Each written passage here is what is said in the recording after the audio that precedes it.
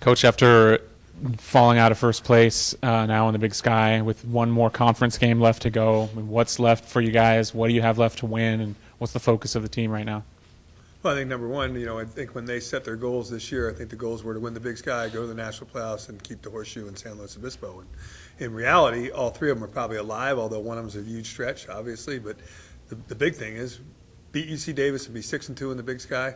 That's a pretty good resume for this year, and it's the best we can possibly be right now. And if we don't achieve that, then shame on us. It's something that we need to look at and say it's an important game to our alumni, it's an important game to the people who have played football here, and it's an important thing for 2014. 6-2 is a lot better than 5-3. Yeah, Kyle Shotwell was on your staff for a year when you were transitioning here.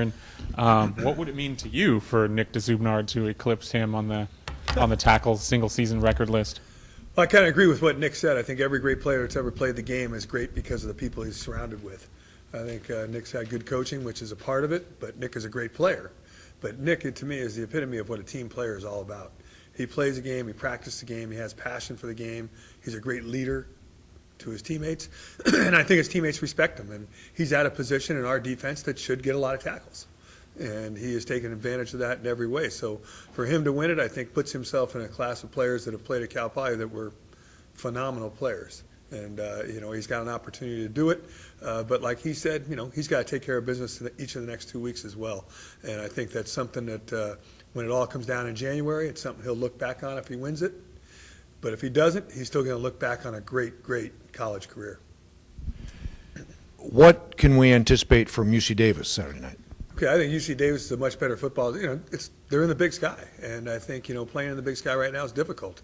In reality, they probably have played one bad game, and that was against Montana State. Other than that, they've been extremely competitive in all their games, and probably could easily be 4-2 or 5-2 right now, or whatever it is. As easy as they are, 1-6 or whatever that is.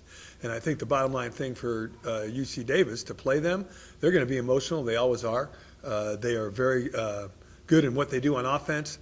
They're going to try to be multiple in their formations and cause our defense some problems as far as getting aligned and getting lined up right, which occasionally this year we've had an issue with. And on the defensive side of the ball, they play extremely hard. And actually, the game plan they had against us last year was a good game plan. We were fortunate enough to make enough big plays to win that game. Seems like they're always pretty well coached. I think Davis is a great football program. I had a lot of respect for them for my entire football life. And to be here now and playing them at San Luis Obispo, where it is a huge rivalry, even adds more to the flavor, because I can look back from the Jim Soker years to Bob Foster to Bob Biggs, three great coaches that had great programs for lots and lots of years, and to beat them and keep the Golden Horseshoe in San Luis Obispo would be a great accomplishment. When we hear people like Zubnar or Brown or Mitchell come here and speak, I have to wonder, are all your players these kinds of remarkable young men? Well, I mean, their representation, I know that, we went through our issues and all those things, but when you talk to our players, I mean, I think people walk away saying that guy's going to be a great employee. We have 5 or 6 guys that have been hired by big companies already that are still playing and finishing their senior seasons. And I think the way they can, I think that's part of being a Mustang. It's part of being a Cal Poly, is the fact that I think you're taught to stand up, look people in the eye, and be able to communicate, and communicate well. And I think that our players represent that and really respect the fact of being a Cal Poly graduate and representing Cal Poly the way that they do. So, those guys are in front of a microphone because they like to do it, number one, but they've earned the right to do it, and they do it well. Coach, the next 2 games, UC Davis, UC San Diego, is it more of just kind of a resume builder looking into playoffs? Well, I mean, I think that's if you're looking at it from a playoff perspective, but I think we're looking at it from a single game perspective, and the single game perspective is really beat UC Davis, keep the Golden Horseshoe, like I said, in San Luis Obispo, gain some momentum if we can, get going back in our last game. But in reality, it's going to be about this single game, and then we'll worry about the second game when we get to the second game. And if we're doing anything other than that, we're probably approaching it wrong. We need to win this Saturday night.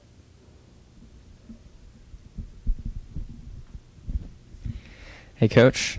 So a few things have changed since you came here. You guys have moved to the Big Sky, and most people would say you've been fairly successful since you moved to the Big Sky. And Now there's tailgating on campus for football. You could say the atmosphere has changed since you came here. I want to know if you could talk about that atmosphere change with tailgating, with the fan attendance, attitude of the program, since quite a few that has changed a lot in the past few years. Well, I think the atmosphere for the players. I mean, we really don't get to enjoy it as coaches or the players, other than to see walk down the walk that they make from here to the stadium is a lot more electric than it was 4 or 5 years ago when we did it. To have the Mustang Horse, our band, and we think we probably have the best band in the Western United States that I've seen. I mean, we could talk about Stanford and Cal. I love our band. They're awesome. And they bring a lot of energy and enthusiasm to what we do as well.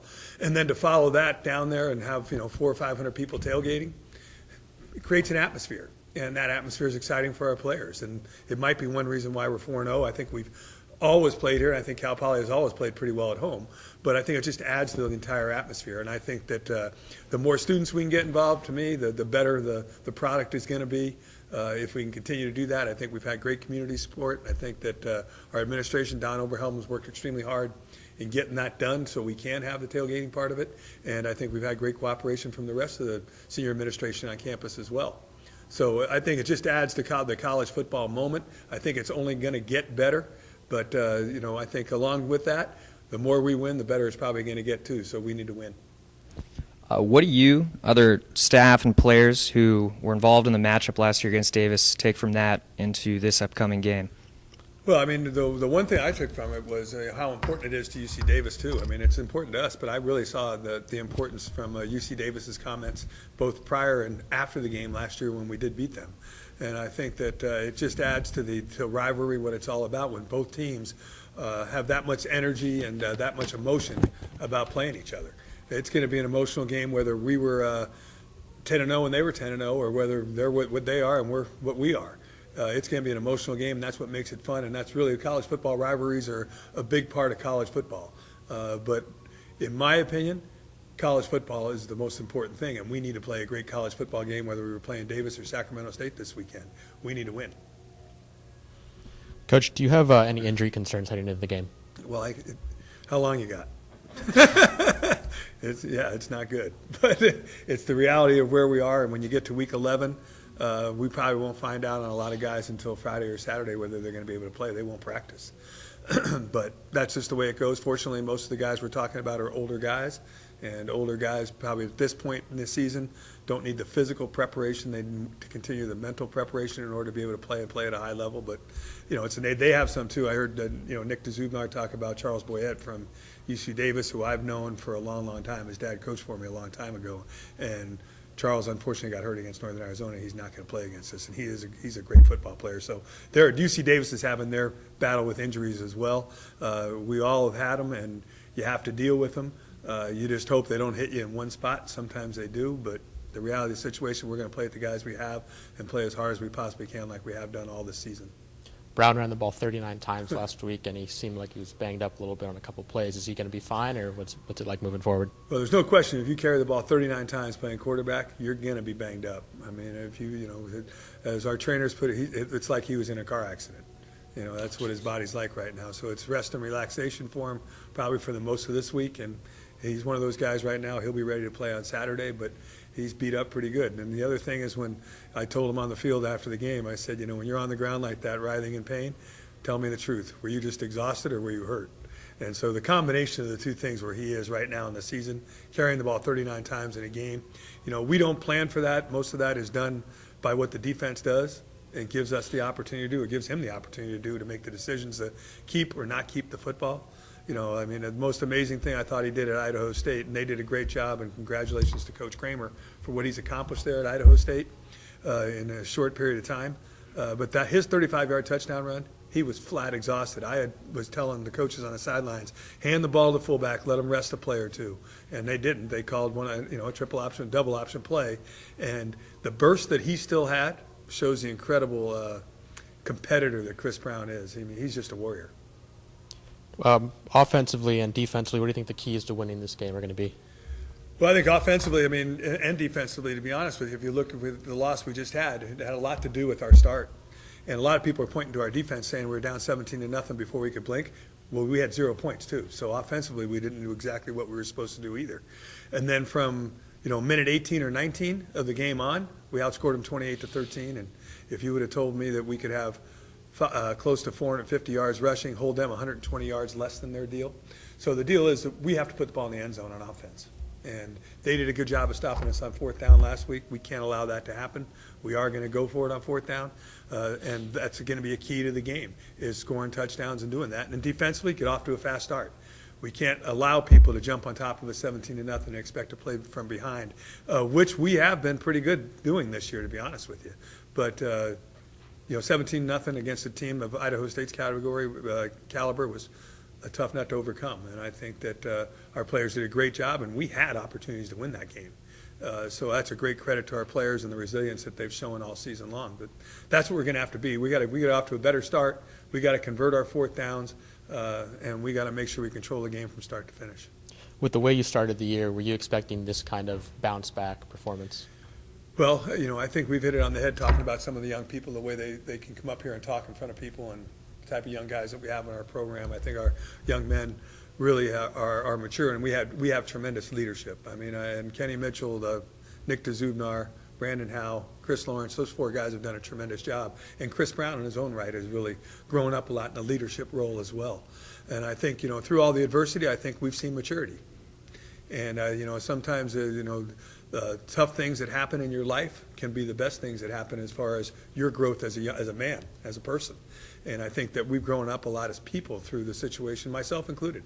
I think that we've all grown up through this thing, and it hasn't been fun. But I'll tell you, the last 5 or 6 weeks, we've all had a much bigger smile on our face than we had before. So hats off to our players. I think they've done a great job hanging in there and being tough, and hopefully they'll do that again this weekend. And then overcoming this adversity, you have some leaders leaving the team. The Zubnar is leaving. Next year, do you think they've left a legacy for guys, an example for guys to step up? I think you ought to probably talk to our team Friday, because that's going to be my talk to our seniors, is how much they've meant to the team in 2014, and how many alumni players, the guys that have played here, have texted or emailed me about how proud they are of the way they performed. I got to give a lot of credit to those 4 guys, but to all the seniors that are still a part of it, because they are the older guys, and I'd love to see them go out on a great note. And if we still have an opportunity to have a great season, and whatever happens with the rest of it, the playoffs and all that stuff, we don't control that. Right now, what we control is UC Davis, and that's where our focus is going to be, and hopefully winning our seniors' last final home football game at Spanos Stadium. Thank you. Yep, great. Thank you.